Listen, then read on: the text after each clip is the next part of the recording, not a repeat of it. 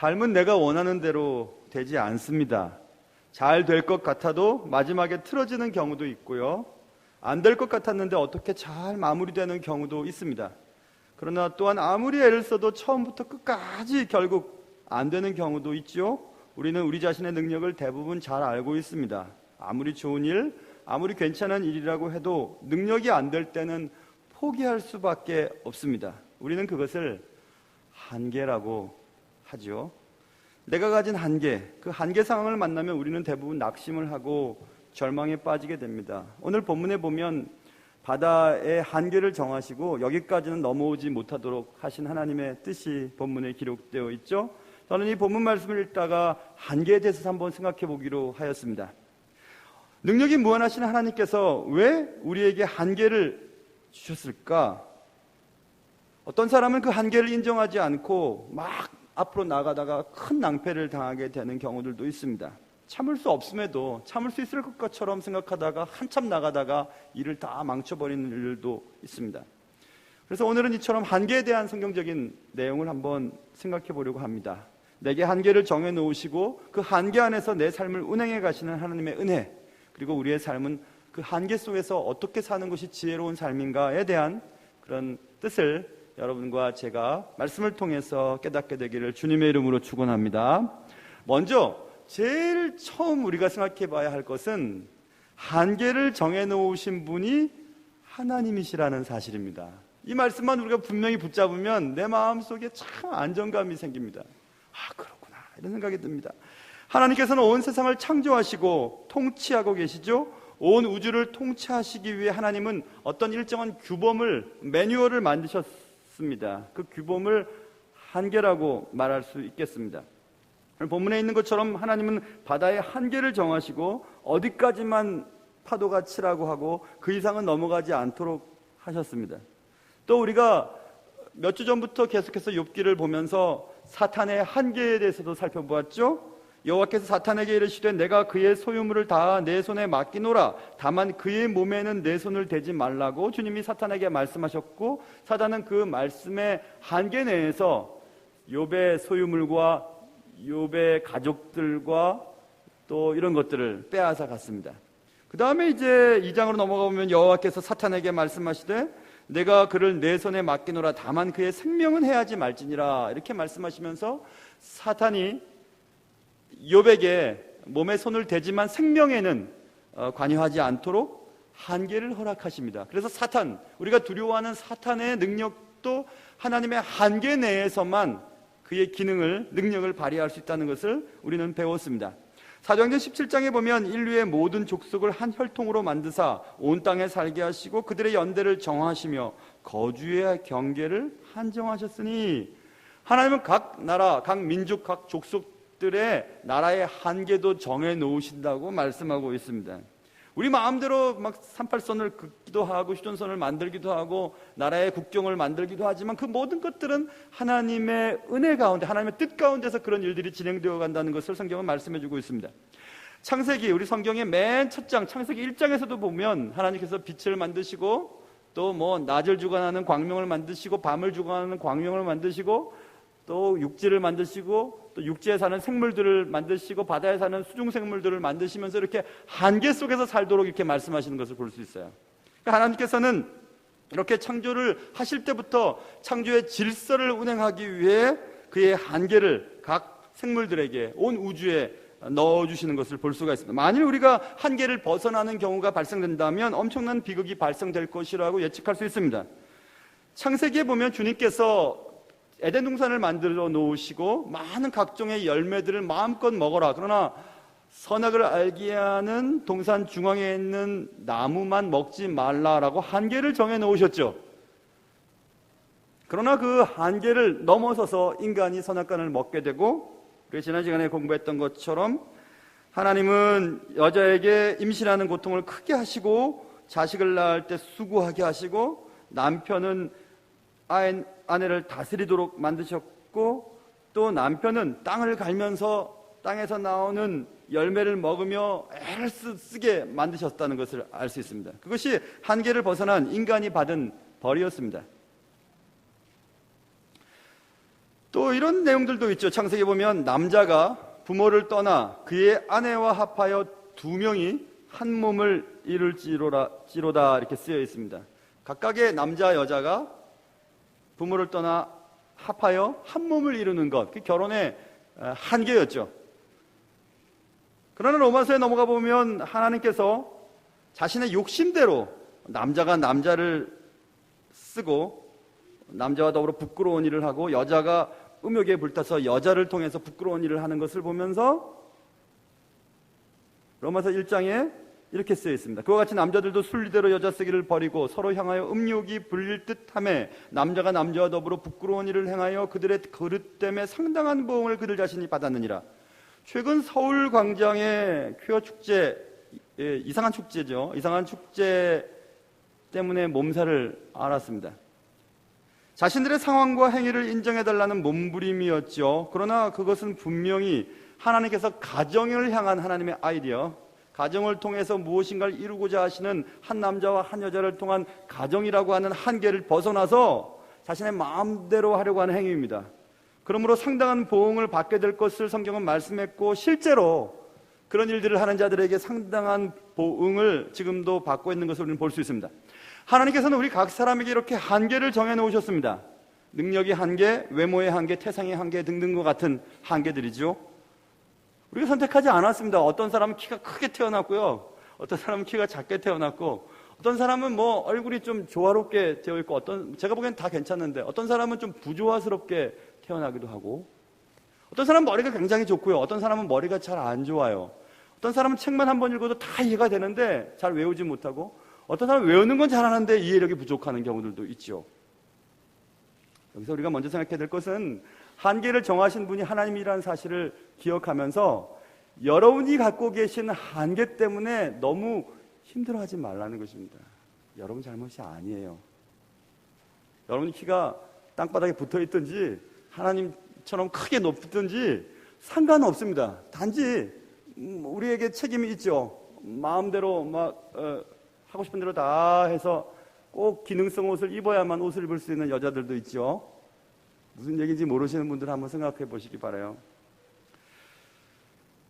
우리에게 이런 한계, 내가 가진 한계 때문에 난 도대체 이 일은 할 수 없을 것 같아, 할 수 없어 라고 좌절하기 전에 우리는 먼저 생각해 봐야 될 것이 있는데, 잠깐 생각해 봐야 될 것이 있는데, 그것은 뭐냐면 한계라는 것은 하나님이 주신 것이라는 생각을 해야 됩니다.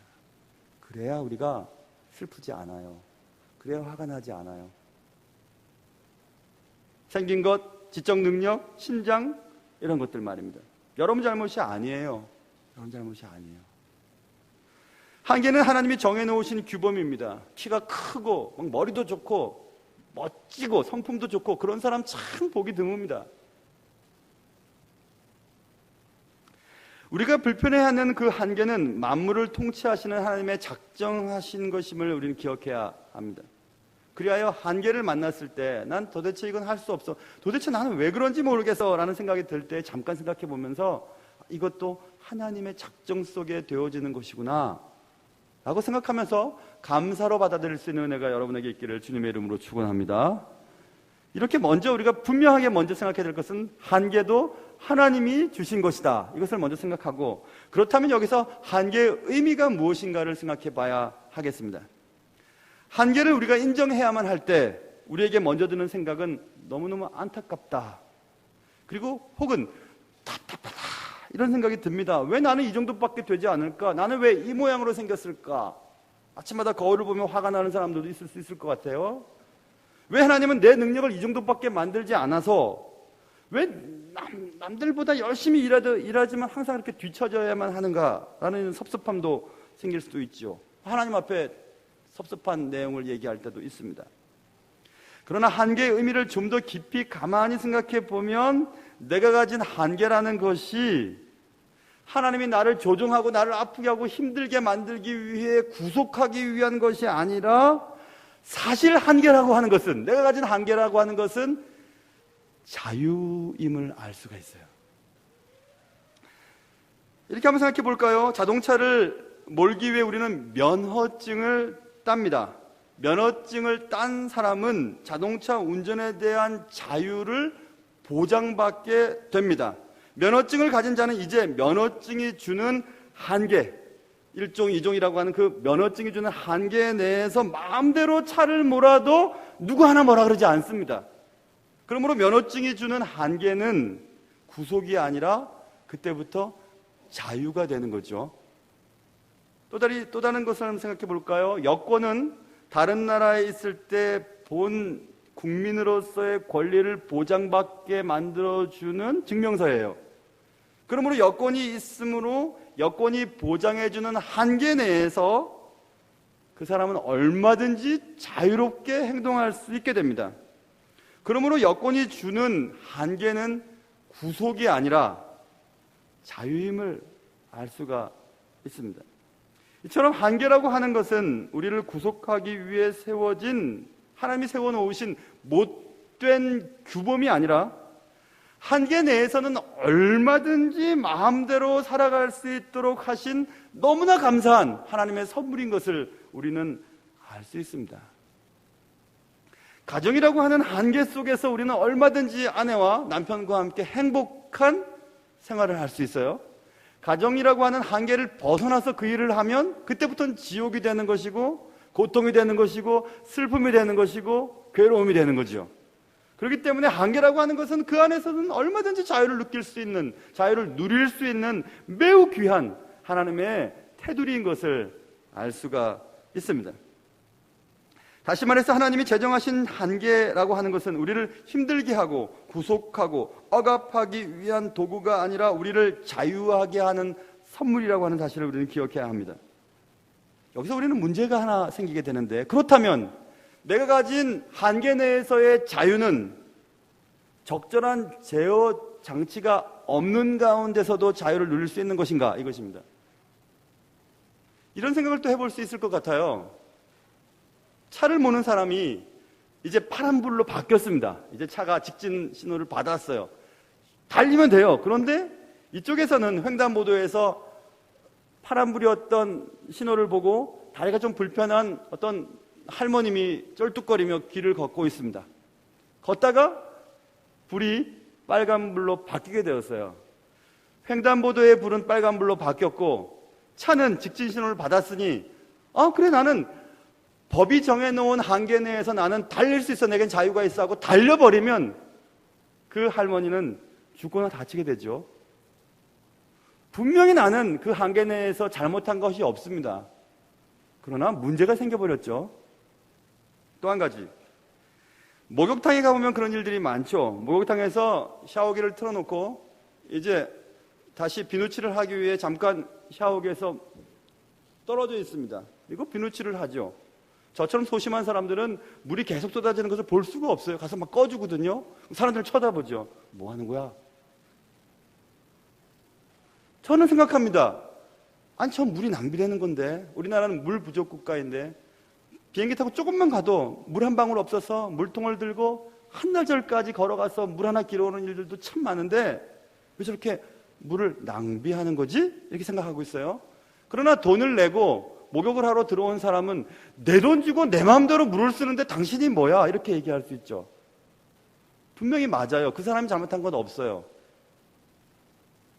여기서 문제가 생겼습니다. 빨간불이기 때문에 길을 걸어가고 파란불이기 때문에 직진차가 출발을 했을 때 부딪혀서 사고가 나거나, 내 돈 주고 내 마음대로 물을 쓰는데 무슨 참견이야? 라고 얘기할 때 그 흘러버리는 물들은 누군가가 마셔야 되고 누군가가 써야 될 물을 지금 내 마음대로 쓰고 있는 게 돼버리는 거죠. 거기서 우리가 한 가지 생각할 것이 있어요. 한계라고 하는 테두리 내에서 나는 얼마든지 자유를 구사하며 누릴 수 있지만 그 자유가 누군가의 행복을 빼앗는 행위가 될 때 그것은 정당한 것이 아닙니다. 그래서 내 마음대로의 자유, 하나님이 허락하신 한계, 법이 주는 한계 내에서의 내 마음대로의 자유가 다른 사람의 행복에 피해를 가져다 주게 되면 하나님께서는 그 자유, 우리에게 허락하신 선물로 주신 이 자유는 하나님이 우리에게 의도하신 참 자유로서의 기능을 상실하게 된다는 것입니다. 그러므로 우리는 뭔가 제어를 해야 돼요. 우리가 마음대로 살 수 있는 것이 아닙니다. 한계 내에서 내 돈 갖고 내 마음대로 내 시간 가지고 내 마음대로 살겠다는데 왜? 내가 법에 저촉한 행위를 했어? 누가 뭐 잘못한 거 있어? 내가 뭘 잘못했다는 거야? 라고 얘기할 때 우리의 자유가 누군가에 대한 사랑이라고 하는 것에 저촉이 됐을 때는 그게 자유가 아니에요. 우리가 누리는 자유는 항상 사랑이라고 하는 필터를 통과했을 때 정당성이 주어질 때만이 참 자유가 되는 것입니다. 하나님께서 우리에게 주신 두 가지 계명이 있죠. 어떤 사람들이 예수님께 와서 제일 지켜야 될 계명이 무엇이죠? 라고 물어봤을 때 예수님이 얘기했습니다. 뭐라고 생각하냐? 하나님을 사랑하고 이웃을 사랑하는 것입니다 라고 말했어요. 사랑이라고 하는 이중 계명이죠. 하나님이 이 땅에 허락하신 모든 인간들, 우리가 예수 믿는 모든 사람들이 지켜야 할 가장 중요한 계명은 사랑의 이중 계명이에요. 하나님을 사랑하고 이웃을 사랑하는 거예요. 그런데 내 자유가 하나님을 사랑하는 일과 이웃을 사랑하는 일에 저촉이 될 때 그것은 그건 자유가 아닌 것입니다. 그건 하나님께서 우리에게 허락하신 이중 계명을 실천하는 행위가 아닙니다. 정당한 것이 아니에요. 그러므로 우리는 항상 이웃에 대한 사랑과 하나님에 대한 사랑이 나의 자유를 제한토록 만들어 주어야 하는 것입니다. 한계는 구속이 아니라 오히려 자유라고 말씀드렸어요. 그러나 그 한계라고 하는 규범 내에서의 우리가 얼마든지 누릴 수 있는 자유는 항상 사랑에 의하여 제한되지 않을 때 우리가 어릴 때 배운 것처럼 방종의 효과를 나타나게 되는 것입니다. 사랑으로 제어받지 못한 자유는 한계 내에서의 자유라는 선물을 주신 하나님의 의도를 잘못 이해한 결과이기 때문에 그렇습니다. 바울의 고백을 한번 들어보세요. 바울은 고린도전서에서 고린도 교회가 내 마음대로 하겠다는데, 난 구원받은 사람이야, 내 돈 갖고 내 마음대로 살겠다는데, 내 기분대로 살겠다는데, 내 기분대로 마시겠다는데 무슨 상관이 있어? 라고 하는 고린도 교회에 팽배했던 그런 상황 속에서 본인의 고백을 합니다. 고린도서 10장에 모든 것이 가해. 맞아, 그렇게 할 수 있어. 그러나 모든 것이 유익한 것은 아니다. 모든 것이 가해. 맞아, 그렇게 해도 돼. 법에 저촉이 되진 않아. 그러나 모든 것이 덕을 세우는 행위는 아니야. 누구든지 자기의 유익을 구하지 말고 남의 유익을 구하라 라고 바울이 고백합니다. 맞죠? 나의 유익을 사는 것이 아니에요. 하나님을 사랑하고 이웃을 사랑하라는 하나님이 허락하신 이중 계명에 저촉이 되는 내 자유는 그때부터 자유가 아닙니다. 그때부터는 다른 사람에게 피해를 주는 아주 악한 행동이 되는 것입니다. 할머니의 길을 보면서 나는 빨간불에 직진한 것뿐이야 하고 쳐버리면 그때부터는 그거는 자유를 빙자한 악한 행동을 했던 것이 되는 것입니다.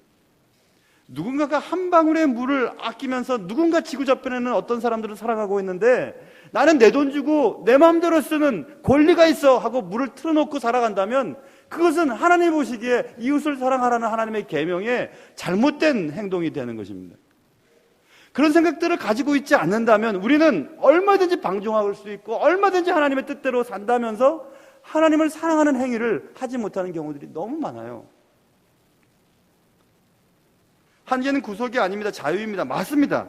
하나님 주신 한계 내에서 마음껏 자유를 누릴 수 있습니다. 그러나 사랑이 나의 자유를 제한하도록 만들어 놓지 않는다면 우리의 자유는 누군가의 자유를 빼앗는 아주 못된, 잘못된, 나쁜 행동이 될 수 있기 때문에 그것을 우리는 생각해야 된다는 것입니다. 모쪼록 여러분과 저에게 주신 하나님의 선물, 한계 안에서의 자유가 항상 이웃을 사랑하고 하나님을 사랑한다고 하는 그 규범을 통과해서 마음껏 누릴 수 있는 그런 은혜가 여러분에게 있기를 주님의 이름으로 축원합니다.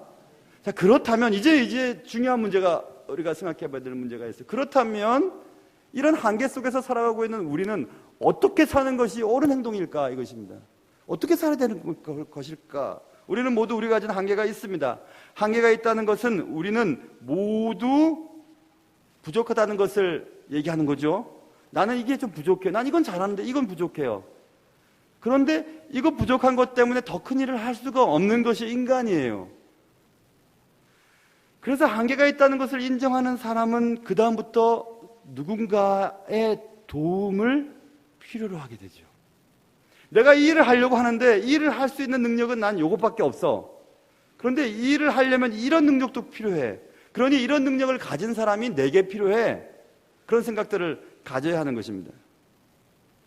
그래서 하나님이 한계를 허락하신 것은 우리에게 서로 관계를 맺고 살도록 하신 하나님의 뜻이 있으세요. 다른 사람들로부터 도움을 받아 나의 한계를 뛰어넘어 더 큰 일들을 하게 하신 하나님의 계획이 분명히 그 속에 들어있는 것입니다. 창세기에 하나님께서 인간을 만드셨어요. 아담을 만드셨습니다. 그런데 하나님께서 말씀하십니다. 사람이 혼자 사는 것이 좋지 않구나. 내가 그를 위하여 돕는 배필을 지으리라 하시니라. 아담이 모든 가축과 공중의 새와 들의 모든 짐승에게 이름을 주는 사역을 하고 있는데요. 이름을 주니라. 아담이 돕는 배필이 없으므로 여호와 하나님이 아담을 깊이 잠들게 하시니 잠들매 그가 갈빗대 하나를 취하시고 살로 대신 채우시고 여호와 하나님이 아담에게서 취하신 그 갈빗대로 여자를 만드시고 그를 아담에게로 이끌어오셨다. 이렇게 말씀합니다. 혼자 있는 것으로는 하나님의 완전한 사명을 감당할 수 없다는 것을 깨달으신 하나님께서 아담에게 아담의 부족한 부분을 도와줄 수 있는 돕는 배필을 만들어서 아담에게 주셨어요. 그게 가정이에요. 그래서 우리는 가정을 통해서 많은 것들을 배웁니다. 많은 것들을 배웁니다. 인내하는 법도 배우고요. 대가 없이 사랑하는 것도 배우고요. 용서하는 것도 배우고 많은 것들을 배우죠. 나의 부족한 것들을 그런 가정 관계를 통해서 자꾸 배우게 되는 것입니다. 그래서 완전한 인격체로 변화가 되고 내 한계를 뛰어넘을 수 있는 완전한 사람으로 점점 만들어가죠. 그게 하나님이 허락하신 첫 번째 조직체이고 유기체인 가정이라고 하는 것이고, 하나님이 이 땅에 딱 두 가지 기관을 허락하셨어요. 그것은 가정이고 하나는 교회예요. 가정에서는 자기 자식을 위해서 자기의 목숨도 다 내줄 것처럼 다 합니다. 아이들이 아무리 부모에게 욕을 하고 부모의 마음을 상하게 해도 다 용서를 가능해요. 그러나 교회 와서 예수 그리스도의 피를 나눈 형제들 가운데서 그걸 못하죠. 그래서 교회가 힘이 없는 것입니다. 교회는 각 부족한 사람들이 모여서 각 서로를 보완하고 자신의 한계를 뛰어넘을 수 있도록 관계를 맺음으로 하나님이 이 땅에 허락하신 교회를 통해 하실 많은 사명들을 기대하고 계시는데 교회가 힘을 잃어가고 있어요. 가정에 무슨 문제가 생기고 또 내 삶에 어떤 어려움이 생길 때 그것을 툭 터놓고 얘기를 못해요. 나 이걸 놓고 기도해 주세요. 구역에서나 전도에서나 교회 내에서 그런 걸 얘기를 못합니다. 나의 부족하고 나의 한계를 드러내지를 못해요. 왜 그럴까요? 관계가 잘 되지 않았기 때문에 그렇습니다. 정상적인 교회가 아니에요. 그건. 하나님께서는 관계를 위해 인간에게 아까 말씀드린 것처럼 가정과 교회를 허락하시고 우리가 가진 한계를 뛰어넘어 하나님이 우리에게 부탁하신 사명들을 이루도록 하나님이 우리에게 얘기하셨습니다. 허락하셨습니다. 그래서 우리는 가정생활을 통해 교회 생활을 통해 우리의 약점을 발견하고 나의 부족한 것들을 누구를 통해 누구의 도움을 통해서 그것을 돌파하고 넘어갈 수 있도록 하나님이 작정하셨거든요. 그래서 우리는 가정생활 그리고 교회 생활을 잘 하셔야 됩니다. 가정관계, 부부관계, 부모 자녀 관계가 틀어지면 교회 생활이 잘 안 됩니다. 반대로 교회가 힘들고 교회가 시끄럽고 교회가 막 문제가 생기면 가정생활도 안 됩니다. 연결되어 있습니다. 격려받게 하고 감정적인 안정감을 얻게도 만들고 때로는 경제적인 도움을 주고받기도 하면서 또 물론 기도 가운데 영적인 후원을 받기도 하는 그런 관계, 그게 바로 가정이요 더 큰 가정인 교회인 것입니다. 성경은 우리의 한계를 넘어서게 해줄 많은 관계 형성의 중요성을 반복해서 강조한 바가 있습니다. 전도서에 보면 두 사람이 한 사람보다 낫다. 왠지 아냐? 한 사람은 넘어지면 못 일어나. 그런데 두 사람이 가다가 한 사람이 넘어지면 한 사람이 그를 붙들고 일으킬 수가 있어. 또 두 사람이 함께 누우면 따뜻해. 한 사람이면 어찌 따뜻하겠냐? 한 사람이면 패하겠지만 두 사람이 맞서면 이길 수 있어. 거기다가 세 겹줄은 잘 끊어지지도 않는다. 이렇게 전도서 4장에 써 있습니다. 우리는 모두 한계를 가진 존재들입니다. 한계를 인정할 때 관계 형성의 소중함을 이해하게 되죠. 모든 것을 가진 사람은 세상에 아무도 없습니다. 그래서 가정이 필요한 것이고 교회가 필요한 것입니다. 하나님, 나는 정말 내 능력 밖이에요. 이 일을 나 감당할 수가 없어요. 그럴 때 하나님 앞에 기도하는 거죠. 하나님, 내게 내 한계를 뛰어넘을 수 있도록 인도해 주세요 하고 기도하죠. 그러면서 하나님과의 관계가 형성되는 거예요. 아, 그렇지. 또 가정에서 나는 참지를 못해요. 인내를 잘 못해요. 그런데 부부 생활을 하면서 자녀와 살면서 자꾸 인내하는 법을 배워요. 하나님의 관계를 통해서 우리에게 우리의 한계를 점점 넓혀가고 우리의 바운더리를 넓혀가고 그렇게 넓혀진 인생을 통해 하나님은 큰 일을 맡기시기를 계획하고 계시는 것입니다. 하나님이 허락하신 가정과 교회를 통해 한계를 뛰어넘어 더 크게 쓰임받기를 하나님은 우리에게 기대하시는 것입니다. 우리가 살아가고 있는 이 삶은 우리가 가진 한계를 계속해서 느끼게 만드는 그런 상황 속에 살고 있죠. 우리의 생명도 한계점을 향해 나아가고 있지 않습니까? 오래 살게 됐지만 계속 살 수는 없는 이 생명에 대한 한계, 그 한계를 깨달은 자만이 하루하루의 삶에 대한 깊이 있는 삶을 살 수 있게 되는 것입니다. 우리의 소망을 영원한 곳에 두게 되는 것입니다. 시편 90편 저자가 이렇게 얘기합니다. 우리의 연수가 70, 건강하면 80 정도야.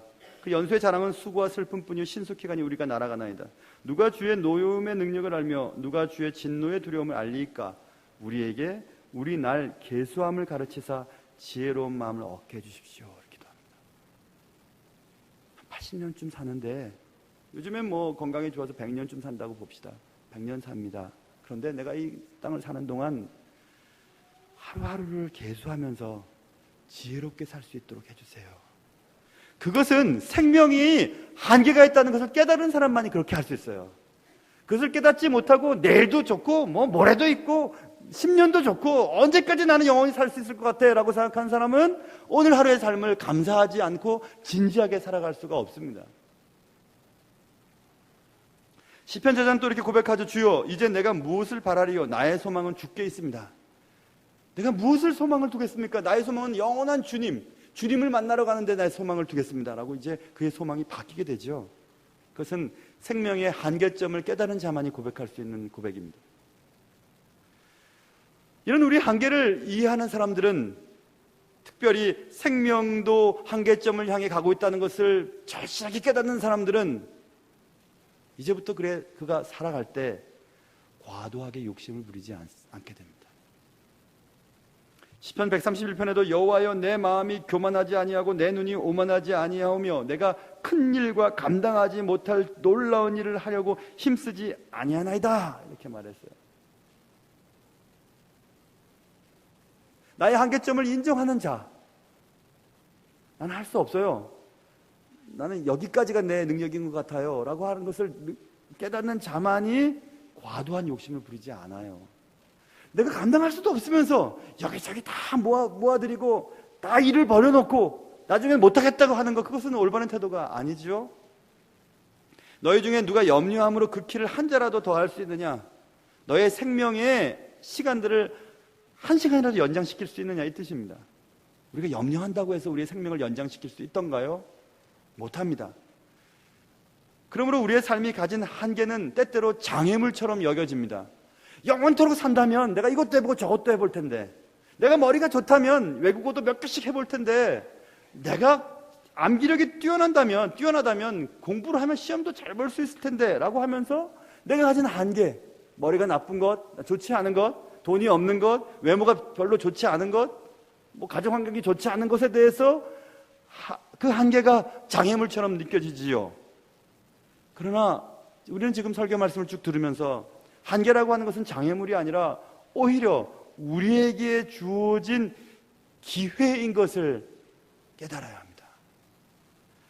끝이 있으니까 그 끝이 있는 것을 바라보면서 끝이 나기 전까지 내가 최선을 다해서 이것도 하고 저것도 해야 되겠구나. 내게 주신 한계 내에서 최선을 다해 살아야 되겠구나라는 그런 마음들을 우리가 생길 때 지금 설교를 잘 듣고 있는 것입니다. 이제 우리는 우리에게 주어진 한계 가운데 최선의 선택을 하며 살아갈 일만 남아있지요. 어떻게 하는 것이 최선의 선택일까요? 주님 우리에게 이렇게 말씀하셨습니다. 요한복음 9장에서 나를 보내신 이의 일을 우리가 하여야 하리라. 하나님이 나를 이 땅에 보내신 사명대로 사는 것이 최선의 선택입니다. 하나님이 여러분을 통해서 이 땅에서 이루고 싶어 하시는 것이 무엇인지를 깨닫고 그 일을 이루어내는 것이 최선의 선택이에요.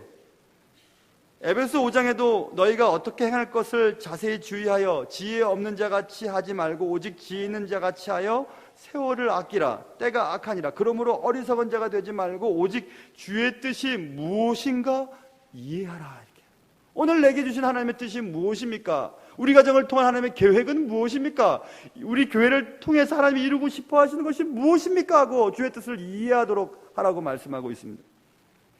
누가복음 11장엔 주님께서 말씀하시죠. 바리새인들은 예배를 잘 드렸습니다. 11조도 막 채소까지도 10의 1조를 구별해서 드렸어요. 화 있을진저 너희 바리새인이여 너희가 박하와 운향과 모든 채소의 11조는 드리되 공의와 하나님께 대한 사랑은 버리는도다. 그러나 이것도 행하고 저것도 버리지 말아야 할지니라. 이게 무슨 말입니까? 아까 말씀드린 하나님이 우리에게 허락하신 이중계명, 하나님을 사랑하는 것과 이웃을 사랑하는 것을 너는 하지 않고 하나님께만 예배드리는 것에만 집중하고 있어. 그거 아니야. 이것도 하고 저것도 해야 돼. 이렇게 말씀하고 있어요. 세상을 살아가다 보면 때로 이제 더 이상은 못하겠어. 그만 포기해야 되겠어. 라고 느끼고 할 수 없다고 말하고 싶을 때가 있습니다. 그 순간 우리는 내가 가진 한계를 느끼죠. 내 한계를 인정하는 것은 쉬운 일은 아닙니다. 그러나 내게 있는 한계는 내 삶의 장애물이 아닌 하나님으로부터 허락된 자유이며 한계 내에 살고 있는 우리에게 주어진 기회인 것입니다.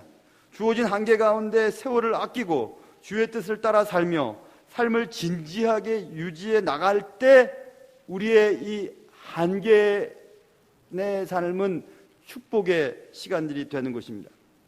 여러분, 할 수 없다고 말하기 전에 잠깐 한번 생각해 보세요. 여러분이 가진 한계는 여러분 잘못이 아니에요. 내가 느끼는 이 한계 때문에 답답하고 괴롭고 섭섭한 것은 여러분 잘못이 아닙니다. 오히려 그 한계는 여러분을 구속하여 여러분을 하나님의 뜻대로 마음대로 이끄시려고 하는 하나님의 못된 계획이 아니라 그 한계 내에서 마음껏 살아보라고 하신 하나님의 선물이며 기회인 것을 여러분 기억해야 합니다. 여러분과 제가 한계를 느낄 때 내게 누군가가 필요하다는 것을 깨닫게 되죠. 내가 한계를 느낄 때 하나님이 내게 도움을 주셔야만 내가 살 수 있다는 것을 느끼게 되죠. 그렇기 때문에 한계는 축복인 것입니다. 할 수 없다고 말하기 전 한계의 상황 속에서 너무 낙심되고 힘들고 괴로울 때 바로 그때 잠깐 이것들을 생각해 보시면서 하나님이 내게 주신 이 한계가 감사요, 축복이요, 기회요, 자유요, 하나님의 선물인 것을 기억하며 오늘도 그리고 우리에게 주어진 시간들 내내 그런 마음을 가지고 감사하며 살 수 있는 여러분과 저의 삶이 되시기를 주님의 이름으로 축원합니다.